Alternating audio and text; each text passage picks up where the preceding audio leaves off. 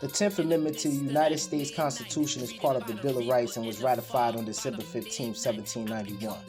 The amendment emphasizes that principle of federalism by delineating the scope of federal and state powers. It serves as a constitutional check on federal authority, reserving to the states or the people all powers not explicitly granted to the federal government. For context, the powers not delegated to the United States by the Constitution, nor prohibited by it to the states, are reserved to the states respectfully, or to the people. More context and interpretation. Powers not delegated. The amendment specifies that any powers not explicitly granted to the federal government by the Constitution are reserved for the states or the people. This is intended to limit the scope of federal authority, nor prohibit to the states. The amendment also notes that powers are reserved to the states unless the Constitution explicitly prohibits them from exercising those powers.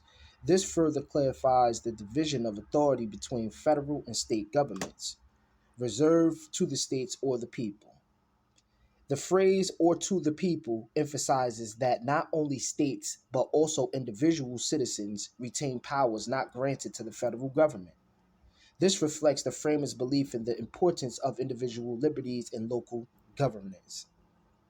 Legal cases and interpretations. The 10th Amendment has been cited in numerous Supreme Court cases that address the balance of power between the federal government and the state, including United States versus Darby, 1941, Prince versus the United States, 1997, and United States versus Darby in 41 upheld the federal government's authority to regulate labor conditions, stating that the 10th Amendment did not limit federal powers that were delegated by the Constitution.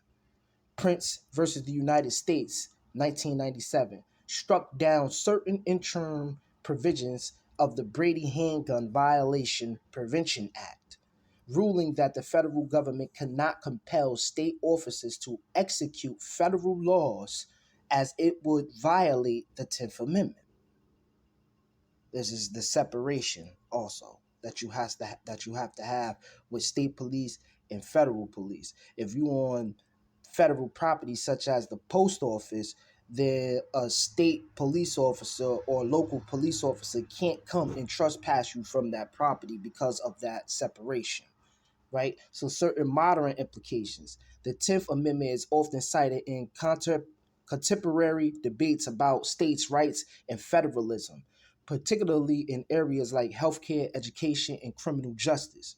It serves as a foundation principle for those who argue for limiting federal powers and expanding state autonomy. In summary, the 10th Amendment serves as a constitutional safeguard for the principle of federalism. It aims to restrict the scope of federal authority and preserve the powers and rights to the states and the people, except where the Constitution explicitly provides otherwise.